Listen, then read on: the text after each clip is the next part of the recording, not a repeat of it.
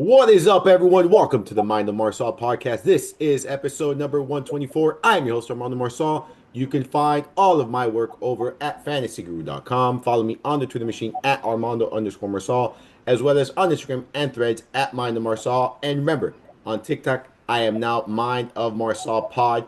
Before jumping into it, I just want to thank each and every one of you for tuning in. I greatly appreciate you all. Remember, folks, if you're enjoying the podcast, enjoying the content, enjoying what we talk about here, make sure you're following, rating, liking, and reviewing the podcast wherever it is you're consuming it there. Remember, also, you can find this show on YouTube now at the Mind of Marsal channel there. And any questions, anything you want me to discuss, any topics, whatever you want us to talk about here in the podcast, make sure you're emailing that to mindofmarsal@gmail.com. By now, you know what we do on Fridays. And I got my guy Chris Rose here with me to talk some football. Chris, how's it going, brother? Awesome, man. How are you, brother? I'm doing good, man. Doing good. Looking forward to this week 7 slate. It started out, I mean, listen, we had a pretty good. I haven't watched the entire game. Full disclosure, I haven't watched the entire game. My son had a baseball tournament. He had a doubleheader last night, so I haven't been able to catch up. But I did see some of the game, and it was pretty cool to watch. Aaron Rodgers and Joe Flacco at this stage of their careers, going back and forth, throwing the ball around and scoring touchdowns, dude. It was pretty cool to watch. But yeah, man, I'm looking forward to week 7 here. What's up with you, man? Yeah, so we got football. We got football Saturday, Sunday. Bro, you got to see. I'll have it tomorrow, and I'll show it next week. But you got to see the poster that this guy made for my youngest son. Dude, he's 9 years old. I know it's 9U football, but it's really 10U football. But he's the smallest kid on the field. He probably weighs all of 65 pounds. But this kid, he's our starting running back. He plays slot receiver. He's so tiny, but he gets pummeled every game. Just hit and hit and hit. And he pops up, gets back in the huddle because I'm the offense coordinator and head coach. He's like, I want the ball. Give me the ball. Give me the ball. And he just keeps getting hit and hit and hit. That's shit you can't teach. And I say this all the time. And, character like that at a young age, even when kids cry, like, I don't know if any of your, like, baseball players cry. This is probably going to be like a life lesson here, but if any of your kids like cry on the baseball field at a young age, it doesn't piss me off. Like that emotion, if they care that much about the sport at a young age, that's shit you can't teach. Like, and full of life's lessons. Like when they go and play, whether it's high school ball or maybe they go play college ball, that emotion that they have at a young age, it's going to carry all the way through. It's probably going to be even better. And they're going to care about the game even more. And again, that's a character you can't change. And I see this in a lot of kids. They just don't care. Like they're just, we lose a game and they're even fucking eating snacks and stuff and like drinking Gatorade and whatnot. They just don't care. There's maybe like 4 or 5 kids on a team that actually care about losing a game. It's not about football. It's not about baseball. Like that's the shit in life that are going to make these kids successful when they're 20, 25, 30. When we're old and these kids are going and, starting their careers, let's face it, my kid's probably not a 1%er to go pro. But they're going to look back at the shit, the adversity they went through sports, and that's what's going to make them stay away from the drugs, stay away from the drinking, stay away from the bad shit, and become a good human being. And that's like the things that I'm sure you and I are teaching these young kids. That's hard to get through their head at a young age. So that's enough of my TED Talk on that. It's just I've seen it more and more over the last couple of weeks, and I see it more in my son. So it's that's all I got on that one. I mean, I absolutely agree, dude. Like, I'm the head coach of our baseball team, and last night, like I mentioned, we had a doubleheader, and I mentioned to you before we went on because we always talk a little bit before we jump on, and my son had 2 errors yesterday, and he was upset, like he was, Yeah. you saw it, he came into the dugout, his eyes were watering, like he took it personal, you see that, you see the emotion, and I always talk about that with my guys before, I tell them, listen, guys, this is my pretty much what my pregame speech, along with a couple other things, but the biggest focus for me is I tell them the 3 things we can all control, right? And I tell them we can control our energy, we can control the effort, and we can control the attitude, right? Like that's all we can control. We can't control if a blue makes a bad call. We can't control if you strike out. Like you can't control some of these things. Like my son yesterday made those 2 little mistakes, very unorthodox, but it happens. And I told him it happens at every stage, and you just have to understand it. But it's how you build from there, right? Like what you do next.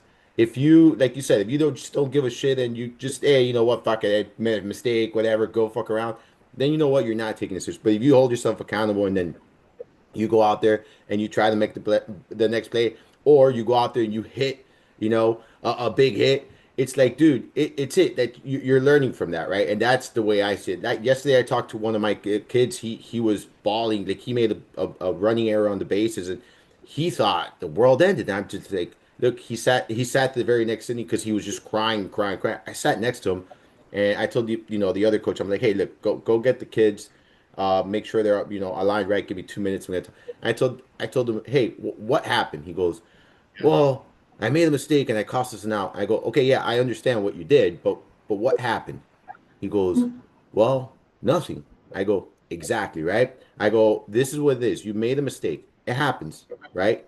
Now, if you sit here and you dwell on this mistake, if you sit here and you let this mistake carry on to the remainder of the game, guess what? I lose you now in the game, and I lose Yeah. you, in that mental aspect, I lose you, and I need you. You're part of this team. This is why you're on the roster. You're part of this. So I literally had 2 3 minute conversations about that. Guy went out there, bro, hit a bomb the very next at bat, dude. And I go and I told him right after, and then remind him, hey, listen, this is why you gotta stay checked in the game. You just hit a bomb with two RBIs. You got to say it was a double. I'm like, dude, that's all we need. Like, you're not going to be perfect. People are going to make mistakes. It happens. Now, you just can't check out on me. And these are the Yeah. kind of things we try to teach these kids, man, because, like you said, like, look, a lot of the a lot of kids at this age, like, they're playing, they're not one percenters, like you said, like, you know what I'm saying? Like, it's just, there's a 1% for that reason, right? So, right now, this is life lessons. Right now, this is building, how to be accountable, how to not give up, how to fight through adversity, like all of these things. Like, it's fun when you're riding the high, but when you go and get beat, like, you have to deal with that, right? And those are the kind of things that you got to teach at this young age. And that's what I love about youth sports, man. And that's why I like to coach youth sports, because for me, you get to guide some of these kids, in the right direction, and just help them out, man. So I absolutely love it. I agree with you, man. I know you have a game tomorrow. You and I both have games tomorrow. So best of luck to us, right? Best of Thank you. luck to our kids. And this is what I say, guys. Just go out there and give it your all. The results will play out. Just give me your all. That's all I can ask for, and that's all I'm ever gonna ask for as a coach, man. But enough of youth sport, because I feel like most people are tuning in for other reasons and not us talking about our coaching careers. I do, but here's the thing. I do think there's fathers out there that needed to hear that because it is tough, man.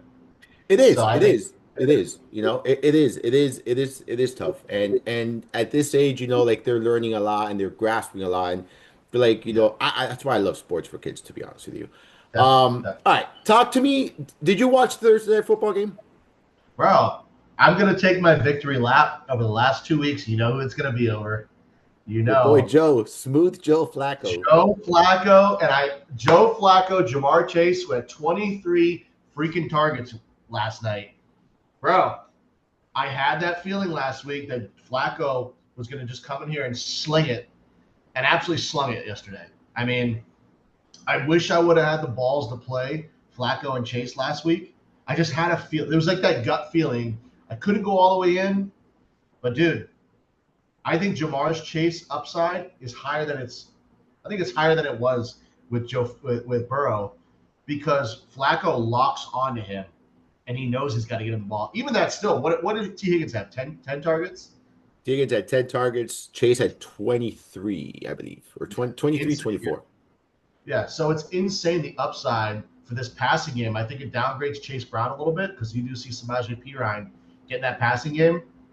But dude, I think I think that Flacco in this passing game is a 1,000% fucking play the rest of the year.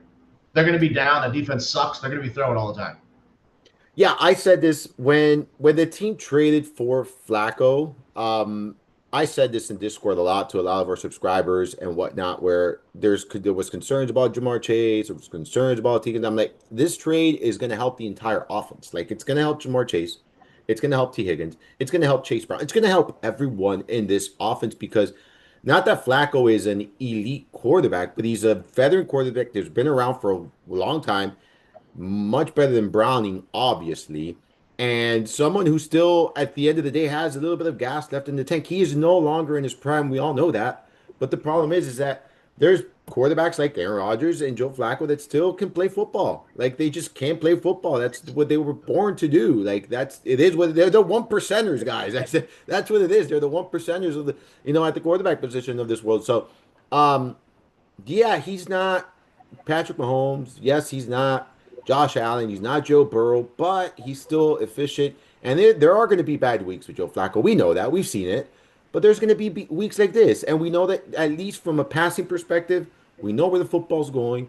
We know how often it's going to go there. And at times, there's going to be massive weeks like we just had. So, like, I think if you're a Jamar Chase owner, T. Higgins owner, and the Chase Brown owner, you're now seeing what you were expecting a little bit more of earlier in the season, and throughout the season, with Joe Flacco in their center. I do think that this is going to be here. I think this is here to stay. And then on the other side, I mean, Aaron Rodgers just doing Aaron Rodgers things, like 4 touchdown Same. passes, like locked in on the tight ends again, man. That's, to me, that was interesting. He locked in on his tight ends again. He did that last week as well. I wonder if that's going to be consistent moving forward, but um.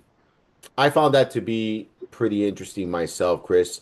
Any other takeaways here? I look, Pittsburgh is what there's this is a division game, so like this is still a good team. I'm not concerned. I know there's people concerned about the Pittsburgh. They're still a good football team, man. This was a division game. Joe Flacco, he's played against the Steelers. Like he knows them. Like he's been in this division. Like so, for me, I'm not surprised. Completely surprised, at least, about the outcome here. Um, but I think both of these teams are fine here moving forward. Any other thoughts here in this Thursday night? Any other takeaways, major takeaways? No, no. One more thing I will add is Jalen Warren, guys, like just playing really good football. He's running the football well.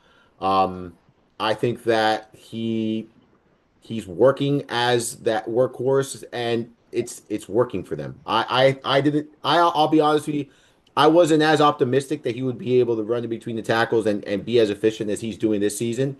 And he's looking really good doing so. So I did want to point that out there.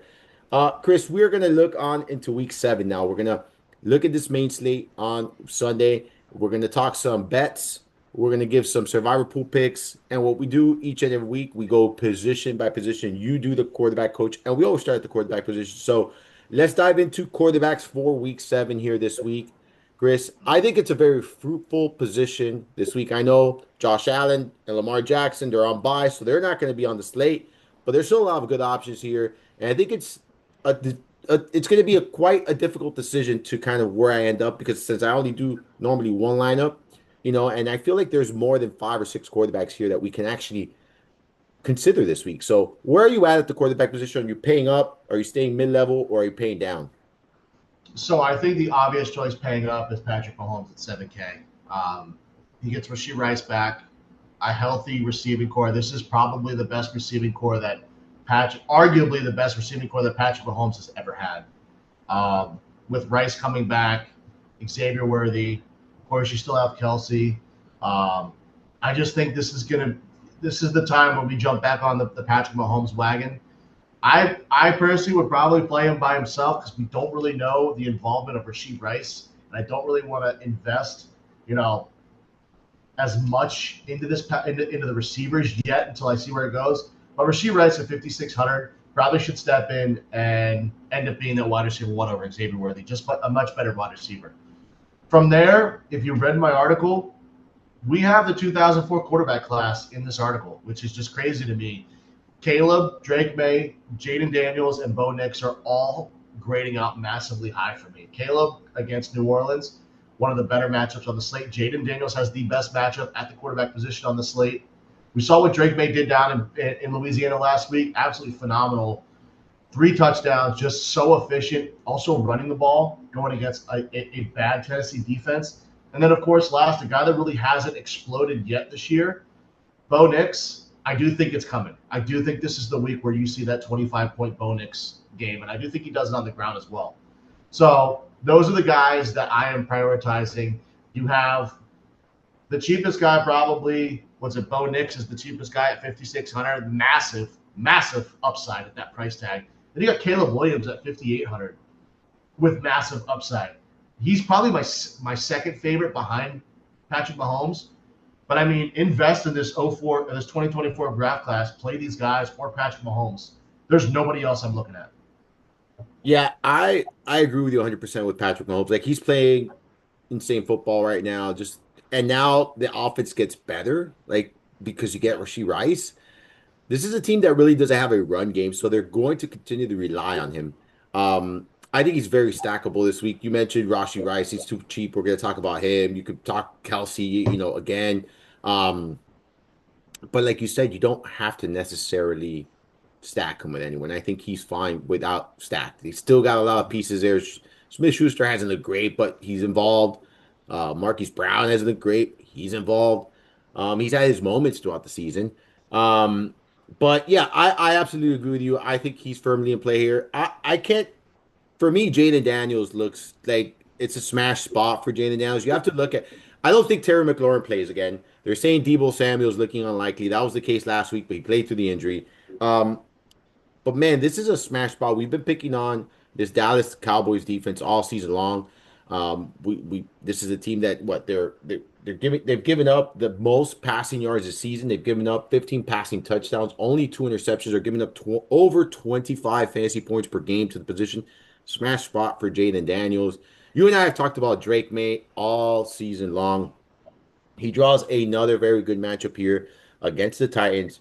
He's been as consistent as they come, Chris. Like, I mean, when you look at Drake May, he's been consistent. He's playing very confident. He's spreading the ball around. He has that rushing element as well to him. I mean, there's just so much to like here about Drake May in this matchup against the Titans. I think he's firmly in play. I like him in every single format, too. I think he's cash game viable. I think he's GPP viable. I think he's just pretty much a safe play all around in every single aspect. Caleb Williams, man, I listen. I love this matchup against the Saints here for him. In my opinion, like he's had his big moments throughout the season. He has some low moments, but he's looking a little bit better each and every week, right? He's looking a little bit more comfortable running this offense each and every week here. So I like that call a lot. At 5,800, he stands out as a very strong point per dollar play for me. When you look at the Saints, there's really not a good defensive unit here, man. And I think he's going to be able to pick them apart. They're giving up a 69% completion rate. They've given up 14 passing touchdowns, three interceptions only, over 21 fantasy points per game across the board on both FanDuel and DraftKings. I think this is a really good spot for Caleb Williams at home here. The only thing I wonder is are they going to lean on Swift? But I think he's going to have his fair share of opportunities as well here, Caleb Williams through the air.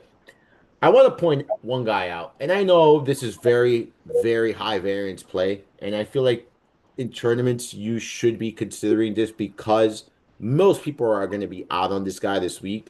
And Justin Fields, for me, against the Panthers, this is a really good spot. Now, he probably is going to be without Garrett Wilson, which is a big issue here, but you really don't roster Justin Fields for his arm, right? Like you roster Justin Fields for his rushing ability. And I think this is an opportunity where he's going to be able to run the football. I do think he'll get some production done through the year as well. But this is a really good spot for me. I think for against Carolina, and I think he's gonna perform well here. Like I really do. I think it's a bounce back spot for the Jets.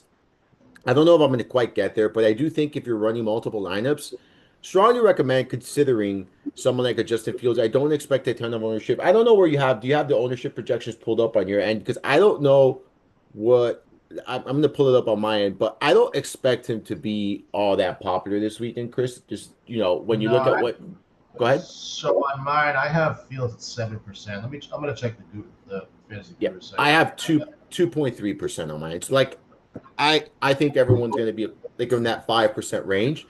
Jaden Daniels, in my opinion, is going to be the more popular play of the week. I think everyone's going to be on Jaden Daniels, rightfully so. I think all right. So Jaden Daniels for me is the chalk play, right? Like Jaden Daniels is this is your cash game play. This is your single GPP, single entry GPP play, your three max play. You could play him there. Like these are the kind.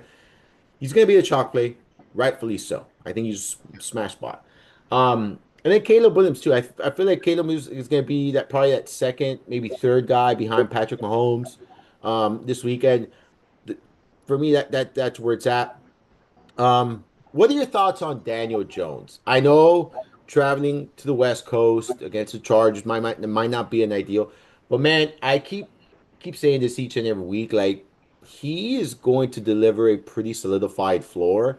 He is someone that has that rushing element to his game that we don't talk about enough. This is a Colts team that's they're top in scoring attempts in the red zone per game. Like this is a good offense. They're playing good football, and I feel like no one really talks about Daniel Jones ever. Like, I think at 6K, I think he's viable in tournaments. I'm looking at sub 5% ownership, and I think he's firmly in play here this week. Chris, what are your thoughts on that? Yeah, so he's the first. He was the first guy out from my article. I didn't want. So for me with the quarterback article, I don't like adding a ton of guys, just because I know that it's like it's almost like a cop out to add like 10 quarterbacks. So Yeah. that's why I keep it to like 6 or 7, 5, 6, 7. Here's the thing with this Chargers defense. Over the last 4 games, they've given up 112 rushing yards, 1.3 touchdowns, and 27.2 fantasy points per game to the running back position, which ranks 24th in the league. So you got to think about what they're going to try to do. Look, just Jonathan Taylor, 123 yards and a score last week. He had 3 touchdowns the week before. They're going to try to stop the run. They have to. They haven't been great against the run, so their main priority here is to stop Jonathan Taylor. Do not let him beat us.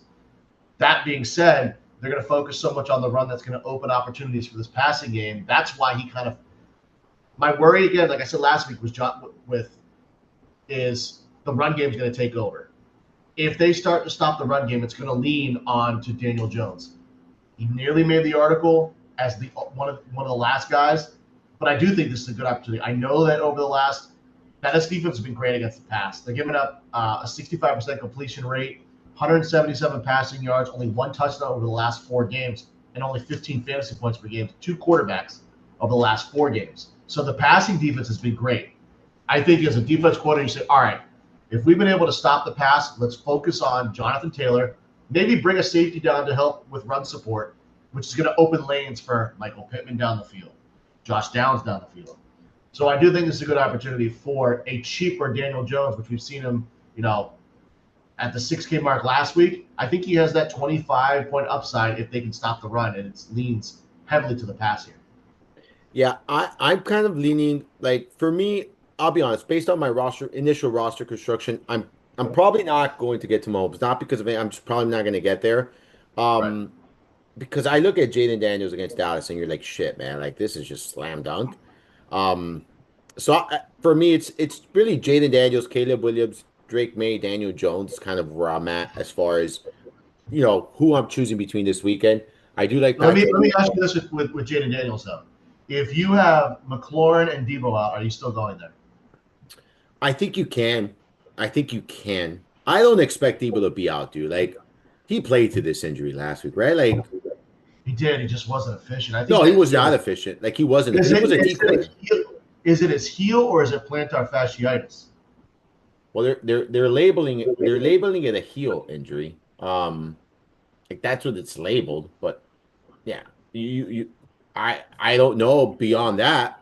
Um, he didn't look good though. He just looked like he was out there just being a decoy. Like Yeah, even when he was involved, it was just like kind of like like you know. that's my only worry with Jaden Daniels. If Debo and McLaurin are both out, It's funny because a lot of these quarterbacks we've talked about, their running backs are in stellar smash spots. I know. That's Well, this is why Bo Nix didn't fall. Like, Bo Nix didn't make my player pool, not because I don't like him.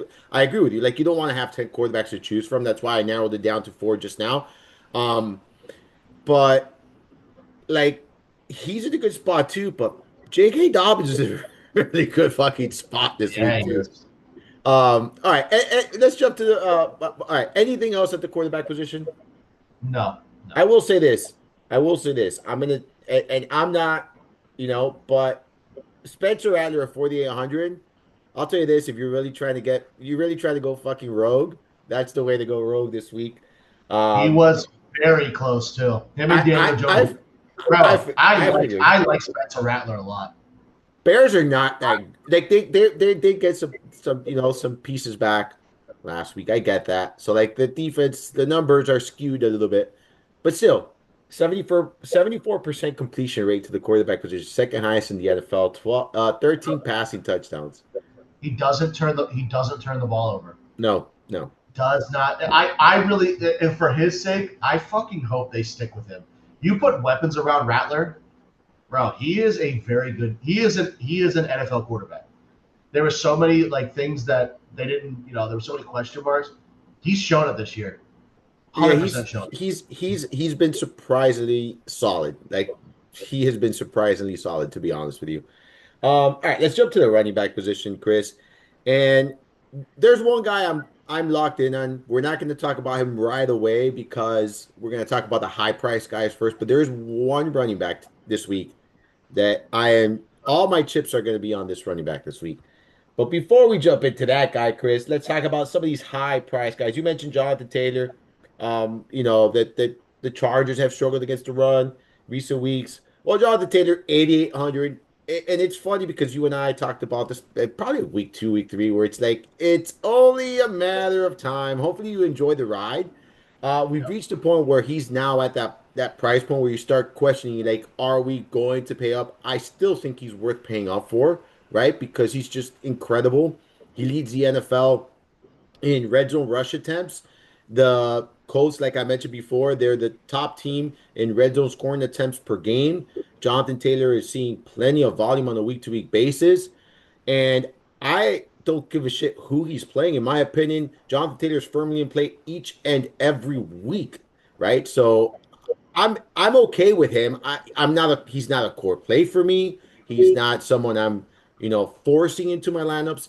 If my roster construction leads for Jonathan Taylor to fit into my lineup, I'm gonna happily roster him. But what are your thoughts on him at 8,800? And then what are you doing at the running back position from 7K and above? Are you playing any of these guys? So at 8,800, you need a 30 plus, probably a 35 plus to really get ahead of to really get an advantage here. I'm probably not going to get there. I'm not going to get there. I mentioned already, that the Chargers defense hasn't been great against the run. I think they focus on it. 8,800. If he doesn't get in the end zone twice, I think you're completely screwed. So I'm out on Jonathan Taylor, not matchup wise. It's just price wise.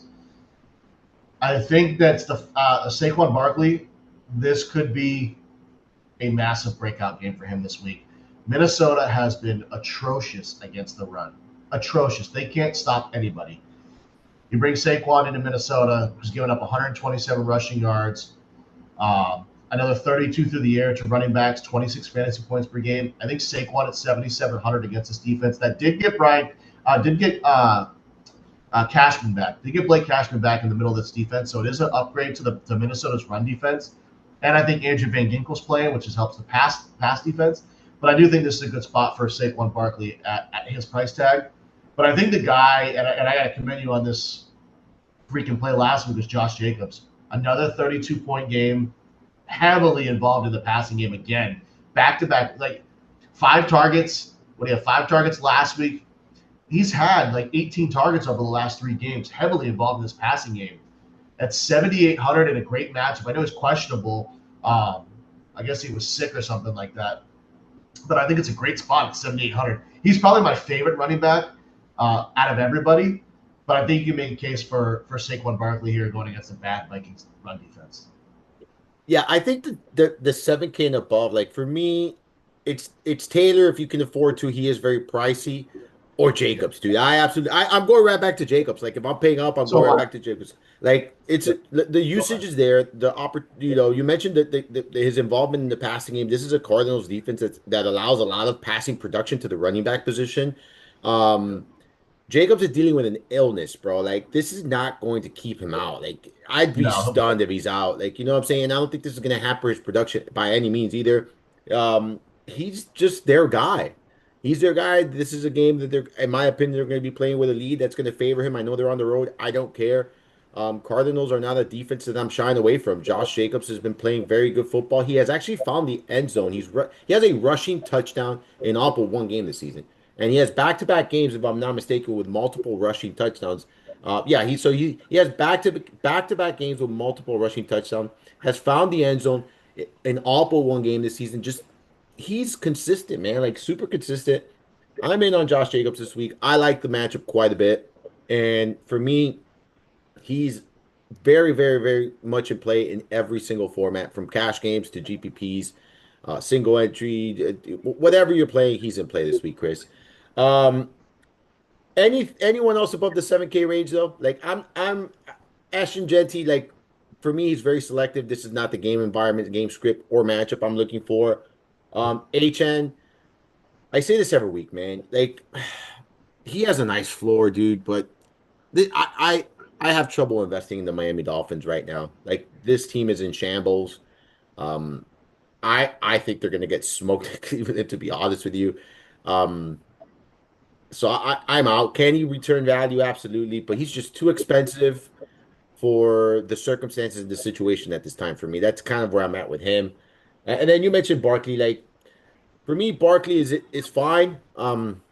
You think I think Minnesota wins this game. Like, You think they win? yeah. I'm not confident. As a Let me Vikings fan, see. I am not I confident. have I have I have I chose the Vikings in our staff picks. I chose the Vikings to win this game. Well, Um I appreciate the support on I that, was thinking but about you when I did that. I Um appreciate it. I think it depends on who plays quarterback. I think they have a better opportunity if Carson Wentz plays yeah. to be a game manager. Yeah. We'll see. Yeah, I we'll don't see know. what happens there.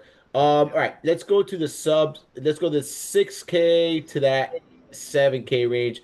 Rico Dotto is 6,800. If Hubbard is out, are you going back to Dotto this week? If Hubbard is back, if Chuba is back, I don't think I'm going to him either way. I'm pretty sure he plays. That kills Rico Dowdle. That kills both this running game massively because Chuba, you got to remember, he signed that 3-year extension earlier in the season. They're not going to invest all that money and not play. Yeah. So that kills the run game here. So I think that actually helps us because there's no real chalk plays here. There's no 30-40% like there was last week in ownership. I don't No, like a lot of no, but I will. I don't think you're going to see that. I think well, I don't know. I think there's going to be one guy. Uh Quinchon, I have him at 17. I feel like that's low. I don't I think that think that's that's low accurate. too. So I'll tell you right now, this is probably a two running back week for me. There's not a lot of running backs that I absolutely love. There's no one that really Really? stands out. Wow. Judkins is probably my favorite play. Well, that's my all-in of the week. Like I'm one. I don't care how Judkins, many lineups. Yeah, Quinton Judkins. I don't care how many lineups I do. Right. For yeah, me, Judkins is. I'm all yeah. in. He is going to absolutely demolish this Dolphins run defense. Miami is allowing 134.3 rushing yards per game, 5.6 yards per carry. They've allowed a league high 806 rushing yards to the position. They're not allowing a lot of scoring, though. I will say that they've only allowed two rushing touchdowns and one receiving touchdown to the position. They are bend but don't break defense to a certain extent, They but they fucking bet a lot bend a all the lot, dude. They bend a lot in the fucking yards, dude. So I think Judkins is time. going to run wild against Miami. He's my Truly number one do. play. Like I truly think he's going to run wild against Miami. So for me, I'm all in on Judkins this week. But I actually think that this week, like I think the 6 to 7K range is very fruitful. Like I truly do think it's very fruitful. And I think for me, I'm going to still stick to that three running back. I think this week because I like going right back to Javonte Williams. Like I know a lot of people are not going to want to do that. I thought I you were mean, going to say Brees. oh no, listen, we haven't even gotten to him yet. Like this I is thought you. this is what I'm saying. I was Like I feel like this wow. 6 to 7K. I'm probably not going to pay up at the running back position because this is kind of where I'm going to be hovering. Like I think Javonte Williams is in a really good spot this week as well. Like he's someone that when you look at what he's done this season, it's been incredible. Coming off a down, kind of a down week. Like why not bounce back here in a matchup with a very high total? Um, I like this spot for him. They get CD Lamb back this week. I think that's going to be helpful for the running game. It's going to be force defenses to kind of but not be able to stack the box, not be able to do things like that. So um, I like Javonte Williams here quite a bit. You mentioned Brees Hall, so let's just talk about Brees Hall, man. Like I'm in. Like the opportunities are there. He's going to be very involved. Carolina has Yeah. been a little bit better, this season against the run. They struggled early on, but they've been a little bit better against the run. But still, Brees Hall's going to get upwards of 20 opportunities, in my opinion. This is going to be a competitive game. I I don't think that this is going to be a blowout by any means. So for me, I'm very in on Brees Hall. He's actually the one that I don't know where you have him projection wise. For me, he's the one that's great, like projected to be the highest owned this week. So Yeah, yeah, you have that same thing. yeah. Yeah, and then I'm gonna mention Bill. I mean, I have He to has been mention that. Bill. This is probably why I don't end up, and I think you could play both actually. Maybe you could give me your thoughts on that. But Krosky Merritt, dude, against Dallas. So Miami's defense is trash. Dallas' defense is not that much better, dude. And you look at what they've given up so far this season: 109.5 rushing yards per game, 4.7 yards per carry, four rushing touchdowns. They've given up two receiving touchdowns, an 81% catch rate to the running back position, giving up over 25 fantasy points per game. I look at Bill, and you've seen the usage of the last two games be there, the production, be there. I'm in, man. This is his backfield. That's it. He's locked into his backfield, and this is going to be a great game environment for Bill. So at his price tag, Chris, I think he's very much in play here. This is why I like this range so much. You got Bill at 6,100. You got Judkins at 6K. You got Brees Hall at 6,300. You got Javonte Williams at 6,700. I think this is a very fruitful position. And we haven't even gotten to a guy that's sub 6K that I'm also pretty keen on this week as well. But any thoughts on any of these guys here that I just talked about? So, I kind of put some running backs, but before I start building lineups and start building my GPP model, I start putting some guys as far as like rankings from. I usually take the top 8 guys in rankings, and I put these all together with a couple things that added as far as like fantasy points given up, rushing yards. Let me tell you my top guys here. Number one being Quinshon Judkins, Miami giving up 124 to Vidal, 206 to Dowdle, 81 to Brees Hall, 108 yards on the ground to James Cook over the last 4 games. Judkins is leaps and bounds the number one play on the board. Then you got Bill. Dowdle went for 183. Brees Hall went for 113. Jacobs went for 86 and 2 scores. Those are the last three. Then the New England Patriot, the New England running backs with Stevenson and Trayvon Henderson. Then you got Jonathan Taylor, Jordan Mason, and Josh Jacobs. The sneakiest play on the slate, zero biased here, is Jordan Mason on the slate at the 2% ownership, involved in the run game, involved in the pass game, playing 90% of the snaps. At his price tag, Scatterwood just went for 98, 3 scores. J.K. Dobbins went for 79 on a score. Bucky Irving went for 29 and a half fantasy points. Then the week before, Kyron Williams went for 20 fantasy points. Again, unbiased. I feel like I have to say this every time I mention a Viking. Jordan Mason has the opportunity, if you pair him with Judkins, you pair him up with Jacobs. I'm kind of telling myself to play 3 running backs because that's kind of like how I love to build. I just feel like the upside is there. But I think Jordan Mason is the guy that's growing on me as the week goes on when I'm building like this model that I kind of write my article to. He's the guy that started here and has worked his way up to here. So out of all of them, I think these are all great plays, but I do like Mason a lot.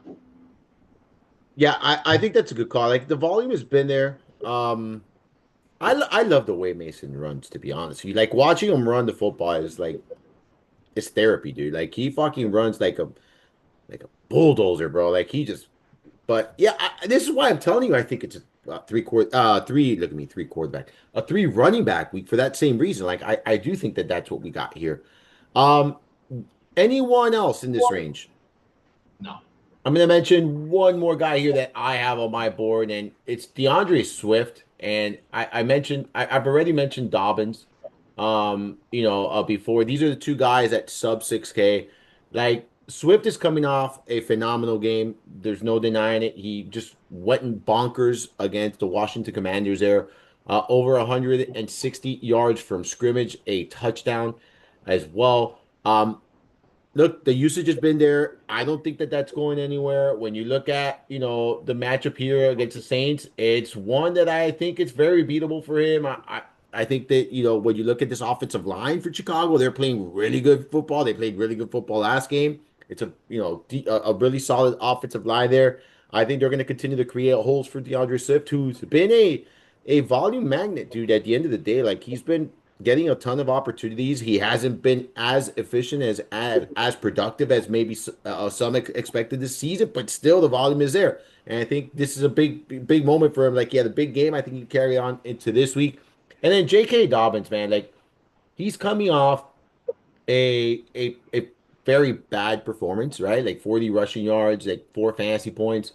In what should have been, I think, a slam dunk matchup against the Jets. They just didn't play to their like they didn't play to their ability, right? Like they pretty much played to their opponent. Like that's what Denver did last week.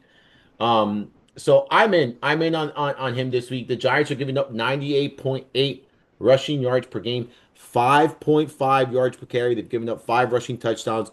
I think this is a right spot for J.K. Dobbins, who's been very efficient this year, man. I think he's exceeded expectations and producing pretty decent numbers here, at a very cheap cost in a game where Denver is at home and they're favored, and the game script should favor the run game. I think J.K. Dobbins is one of those guys that's kind of going to go a little bit under the radar here and produce at a very high level. Point per dollar play for me, very strong there for J.K. Dobbins, Chris. Anyone else here in this range below 6K?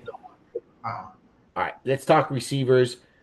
Talk to me about receivers, all right? You got CeeDee Lamb expected to be back. You got Justin Jefferson. You got George Pickens. The only three receivers upwards of 7K this week. Are you in on any of them?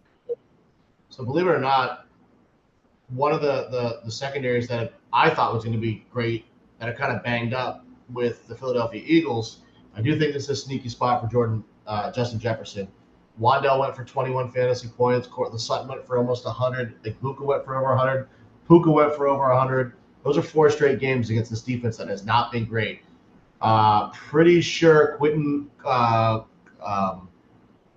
who's the corner for them from Toledo? Mitchell. Yeah. Quinyon Mitchell, I don't think he plays this week. I think he's dealing with a hamstring, so that downgrades this passing defense for the Eagles. So just going to quickly mention Justin Jefferson. Never a bad time to play him, especially when he's under 8K. But price tag wise, I mean, I don't trust CD yet. I want to see what he does. I know it's a decent matchup, but I think George Pickens has kind of established himself as a serious target that's going to cut into CD's target share. So I'm not there. It's crazy because there's not a lot of expensive guys here at the top. We're pairing Caleb Williams and Roma Dunze. I don't think we really have to talk that much about a Dunze coming off a bad game. But I do think the upside is there against the Saints. So from 6,600 up, probably not going to get there aside of Roma Dunze when I do roster Caleb Williams. Yeah, I'm okay with CeeDee Lamb. He's crushed the Washington Commanders throughout, like, for most of his career. So I'm okay. I feel like maybe some people are going to be hesitant and they're taking that wait and see approach. I want to be ahead of that. I don't know if I'm going to be able to get to him because I'm going kind of balanced myself, but I think he's very much in play at 7,500. Yes, there's some risk because he is returning from an injury, but we know that the chemistry between him and Dak is there. We know how much Dak Prescott likes to hit his first read. I think it's like in that 75 to 80% range. And that's who it's going to be. It's going to be CeeDee Lamb when he's passing that ball in that first read. So I think he's fine. I think he's someone that has slate breaking upside this week. I agree with you 100%. Romo Duze, like, look, he's been phenomenal. He finally did not score a touchdown for the first time this season last game, but he did score a touchdown and just got called back, right, on a stupid penalty. So look, he's become the alpha here. I expecting a bounce back game for him against New Orleans. So I like him. Whether you're stacking Caleb or not, I think Oduz is firmly in play this week as well. I agree with you though. Like, I don't think you need to go all the way up this week. I think those are the two guys I'm kind of interested on. But then after that, I go all the way down below 6K. Like, look, if Debo plays, I think he's in a good spot. But this is my concern with Debo Samuel, and it's what you and I talked a little bit about earlier. It's he just didn't look right. Like, I was watching that game, he didn't look right. He didn't look 100%. Um, Dallas is garbage defensively, like garbage. Like, you want to target this defense. This is kind of why I'm leaning towards Bill. for that reason, because I don't know if I trust Samuel. Like he just didn't look good. Um, we didn't talk about this before. Would you Jaden Daniels? Would you do a Jaden Daniels and Bill lineup? I think they kind of It's cancel each negative other out. correlation, right? Yeah. Yeah. Yeah. All right. So I going think back to you would need like two on the ground from Jaden, 100 yards rushing and a score from Bill. I think that's a tough ask on the ground. correct. Um, if Debo Samuel is active and Terry McLaurin is inactive, which is kind of the trend at this moment, right? Um, what are you doing here? Would you consider Debo after last week? Because this is a slam dunk matchup. It's a massive spot for him. The only problem is he hasn't been on the practice field. Like he hasn't practiced at all this week. Like Right. I want to see him at least try to run before I roster him. Throw 6,200 on the ground for him. But man, if he doesn't practice today or he's just limited and not really getting a full practice in, I don't really trust that. Yeah, I think it's I've made too many mistakes over the last 6 weeks with my roster construction, where it's time to really start rostering smart. Stop doing like what ifs. I think I think that's good advice right there. Like for instance, like last week, like I Travion Henderson, like the what if, right? And it just didn't work out. Like it didn't work out. Yeah. And when it does work out, you can say, yeah, good, but how often does it work out? I guess is the question you have to ask yourself, right? Like how often do you hit on those what ifs? So Exactly. I agree with you. I'm gonna keep an eye here, but I really do think I'm just gonna end up on Bill here myself. Um, this range right here, I like a lot though. I'll be honest with you, the 5 to 6K range. I Yeah. feel like there's a lot of good options. Quentin Johnston, I think, is just in a really good spot against the Colts this week. A team that, has allowed production to the receiver position. Cortland Sutton, in my opinion, is such a strong play this week. Like you like Bo Nix. I'm probably not going to get to Bo Nix because of my other. But if I don't get to Dobbins, my exposure to Denver is going to be through Sutton. When you look at the Yeah. Giants, man, like this is a team that has allowed production to the receiver position. They've allowed actually the most receiving yards to opposing receivers. They've given up a 66% catch rate. They're giving up over 30 fantasy points per game to the position across the board on both FanDuel and DraftKings here. I think this is a good spot for Sutton, who's been streaky, but has had big moments throughout like this season, right? So he's someone I'm interested in here this week quite a bit. And then you kind of go down a little bit more. We talked about Rashi Rice. For me, Rashi Rice is locked in, man. Like 5,600. The reports are that they're not going to ease him in. The reports are that they're not going to snap count or count his snaps or any of that nonsense. They're gonna let him go right into this, and this is a really good spot for him, dude. At 5,600, this might be the last week you get him sub 6K. Yep. Um, he was like last year when he got off to that seed, he was off to a phenomenal start of the year, man, and then he got hurt. Um, in my opinion, he's a 6,500 receiver. You're getting a massive discount here, and that maybe I'm even being generous, but you're getting a massive discount on Rice. I love this spot for him, dude. So, talk to me about him. Where are you at with him? Yeah, I think the biggest thing everyone's asking is like, is he going to be on a pitch count? Like, how many plays going to play? But I think at 5,600, I think you can just eat it up. I don't think there's risk, but I don't think there's a ton of risk at that price tag. I mean, we're playing Jacoby Myers, who's getting 4 targets at the same price tag. So I think there's upside in this game at 5,600. I like it there. I think the guy, you mentioned you hit on a perfect Courtland Sutton. I think this is a massive game for him where I mean, the upside is there. This could be a ceiling game. I mentioned it with Bo Nix. I think this is a ceiling game. I think it'll be Courtland Sutton. The good thing with Quentin Johnston coming back, I feel like we don't have to play Ladd McConkey. I think he's going to kind of. I think after the last 2 weeks where he's seen 16 targets over the last 2 weeks and made that big play in the fourth quarter to win the game for the Chargers. I think they're not going to phase out Keenan Allen, but I think they're going to kind of slowly go away from Keenan Allen.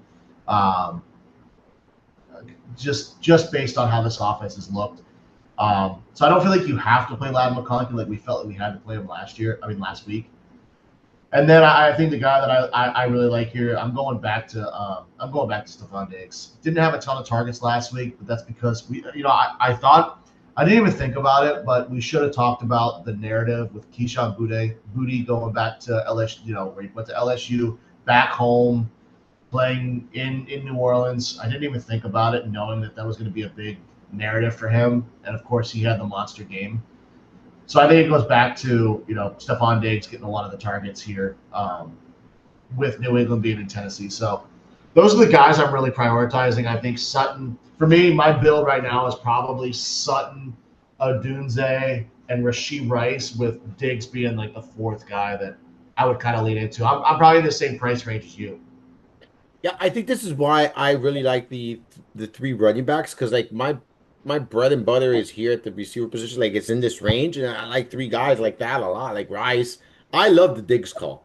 Like he didn't have a great game, but I'm going right back to the wall this week 100%. Like I absolutely love this spot for him against Tennessee.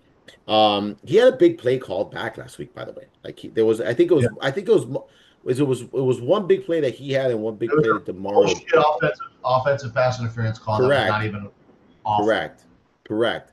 So like it could have been a better day for him. I absolutely love him here in this range. I agree with you as far as McConkey, like with Quentin Johnston back, like you don't have to go back to McConkey there. Um, Two other guys in this price range that I want to point out. Your boy Jordan Addison has been really good since coming back, Yeah. and I think this is a good spot for him, 5,100. I don't think anyone's going to be on him. And then I have to say this each and every week, ladies and gentlemen. It's a Michael Pittman week, right? Like I say this each and every week. Just look, coming off a poor performance there, I think it's a bounce back week for Pittman, who's just been rock steady all year, right? Like it's just been like consistency all season long. Yes, he's gonna have some subpar weeks or whatnot, but for the most part, you know what you're gonna get from Michael Pittman at 5,100. I think he's undervalued, Chris. So I think he's in play as well this week. Like I'm kind of sticking between that 5 and 6,500 range for the receiver position this week. If I get to anyone, it'll be Odunze or Lamb, like you said. But I'm kind of staying here. This is my wheelhouse this week, Chris. Anyone else here? Is there? I have two sub 5K guys, but do you have anyone else here in the five and up? No, yeah, I have one, the chalk play, Who? sub five. Who's that? Josh Reynolds. Josh Reynolds. Yeah. I don't have the stomach for him. But yes, I agree with you. Obviously gonna get more opportunities there. I'm gonna go in a different direction though with the Jets if I do go there. My two guys are gonna be Troy Franklin. I think he's in play. Like if you can't get to Cortland Sutton and you want exposure to that passing game, I think Troy Franklin is a really good way to get it. And then Rashid Shaheed, we've talked about him I think a couple times. In a game where I expect them to be chasing points here.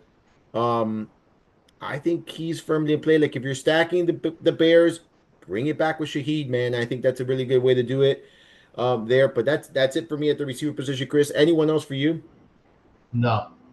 All right, let's jump to the tight end. We got McBride all the way to the top, Jake Ferguson, Tyler Warren, and then Brock Bowers, 5K and above here. I would be very surprised if Brock Bowers plays this week. I don't anticipate he plays. Initial reports were not promising. Yeah, I'm expecting him out here, Chris. Where are you at? Are you paying up for any of these guys? I can make a case for Tyler Warren here. As I mentioned earlier, I think they try to stop the run, which leaves more opportunities for the passing game, one being Tyler Warren. So, I mean, I'm fine if you're going to pay up there, Tyler Warren. There's a couple guys, though, under 4K that are very mispriced. Yeah, I'm with you. I think if I'm paying up, it is going to be Tyler Warren myself. Um, don't know if I'm going to get there. I don't know if I'm going to pay upwards of 5K this week. I'm trying to go very balanced. Um, who are the cheap guys you're in on then? Go ahead. TJ Hawkinson at 3,600. He's been involved he was efficient with 6 targets last week, 6 receptions. I think the weakness in this Philadelphia defense is the middle of the field, so he should be open. I really have 3. Second would be Michael Mayer, really involved. They're going to have to really throw here at 3,500. And the third one's probably my favorite tight end on the slate, Mason Taylor, 3,400. No Garrett Wilson. He was completely involved 2 weeks ago. I know his passing game was dog shit last week, but 12 targets in week 5. Justin Fields said he's going to make a case to be more efficient with his passing game and make it, be more, throw more this week. So I think Mason Taylor at 3,400 is an absolute fucking smash play. Yeah, I could not agree more with you. Like for me, Mason Taylor is probably the best point per dollar play on the slate at the tight end position. In addition to an increased role, look, he shit the bed last week, but he played upwards of 90% of the offensive snaps for the first time in his career, right? And then now he gets a Panthers defense that's allowing the most receiving yards per game. They've allowed the most receiving yards to the tight end position. They're giving up an 84% catch rate. They've allowed 4 receiving touchdowns, and they're giving up upwards of 14 fantasy points per game on both FanDuel and DraftKings. Mason Taylor's in a smash spot. If you're streaming the position, he's a smash spot as well. I like him here quite a bit. And then, look, I like Fanning Jr. if Njoku's out. We know Dylan Gable's going to lock in to the tight end position.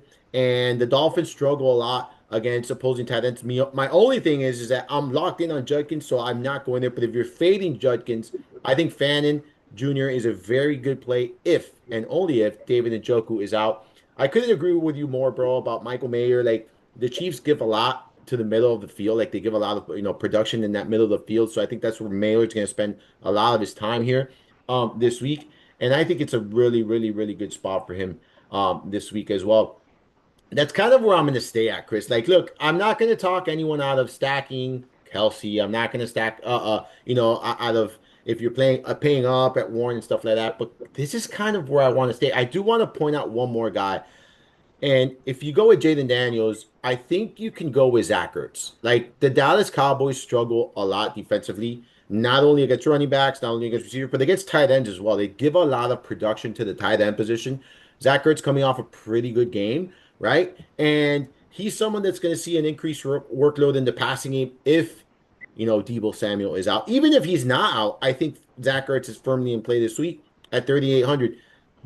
If you know this here, I have a little trend. I like the running backs for each of these teams. So for me, I'm probably going to end up with the tight end where I'm not playing the running back. That's kind of where I'm at. But I really love like that range, that 35 to 4K range. I feel it's very fruitful. I think that's where I'm going to be at this week. And again, you're never going to talk anyone out of McBride or Warren or people like that. But I'm not going there myself this week. Chris, defense. I know you and I do the same thing each and every week. We go all the way down and we move on up. Where are you at? All right, so I know I sound fucking biased, but Vikings at 2,600 against the Eagles that have not been great offensively is where I stopped. I don't really love it because I don't have a lot of trust in my team, but I think they kind of fit for me at 2,600. I have a really, really nice lineup that I like right now. That's kind of like my probably going to be playing as my main lineup. So I have them at 2,600. I'm fine to go lower. Maybe the Jets at 2,600. Maybe even maybe the Panthers. If you go down, the Panthers have been good against the run at 2,500. But for me, I'm probably going to stick with the Vikings. Then I go to the Colts at 2,800.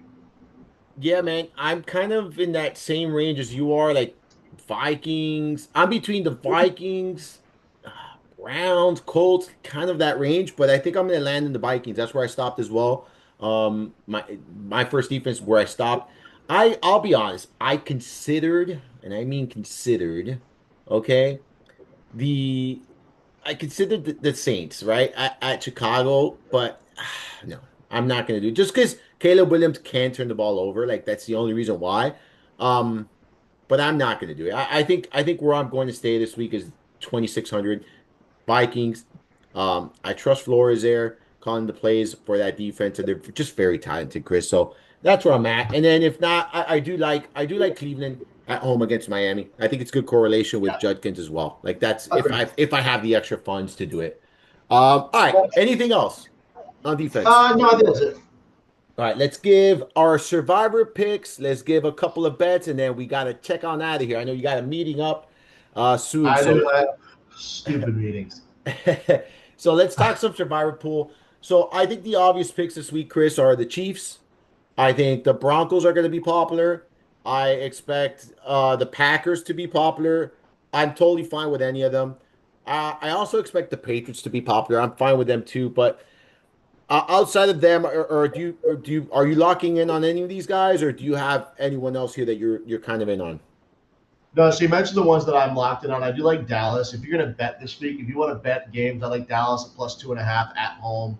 Um, I do like New England on the road at -7. And I mean, if you think Minnesota is going to win, you can take them at plus 1.5 at home. That's kind of a pick. I'm giving the slight edge to Minnesota being at home. Yeah, I like those bets actually. For me, I'll give you my bet now. But the one team, if the survivor, the one team that if you're trying to get cute and creative, I'm gonna say this, and this might be the only week I pick this team ever, and that's the Cleveland Browns. It is a risky survivor pick, but if you want to go against the 40 grain, mile an hour win, just so you know, 40 mile an hour winds expected Sunday there. you imagine Tua Tagovailoa trying to throw in 40-mile-an-hour Yeah, fucking yeah. winds, bro. That ball's sailing, baby. Um, yeah, that would be it. And then my bet, listen, I think I'm a Colts fan. I'm taking the Colts on the road with a point and a half. I have to take the point and a half with the Colts. I like both these teams a lot, but when I see a team like the Colts getting points, I'm just a sucker for that. So I'm gonna take Colts plus 1.5 here this weekend on my bet. Not going to give you any time touchdowns, but I will be giving more bets in Discord there. So make sure you're checking that out. Chris, why don't you let everyone know what you got cooking, what you got on the site, where they can follow you, and all that stuff. Rest of the week, I have we got the college football live stream tonight 9 p.m. GPP article coming out between 6 and 7 p.m. tomorrow. DK article coming out tomorrow night for the night game, and of course 12 p.m. on the dot right here, going over all the games Sunday morning. We're gonna win big this week. Oh yeah, we are definitely gonna win big this week, Chris. We are definitely gonna win big. I am pumped as well. You can find all of my work over at fantasyguru.com. Make sure you're following all of Chris's work as well. I strongly recommend it. I say this each and every week. Strongly recommend that GPP article. Just a great piece of work that Chris does there each and every week. Mine can always be found there at fantasyguru.com. You can follow obviously me on social media at Armando_Marsal, Twitter there, and Armando Marsal on Instagram, Threads, and then Armando Marsal Pod there on TikTok. Again, for the great Chris Rose, I am Armando Marsal. Hopefully you enjoyed this week's journey through the mind of Marsal. Until next week.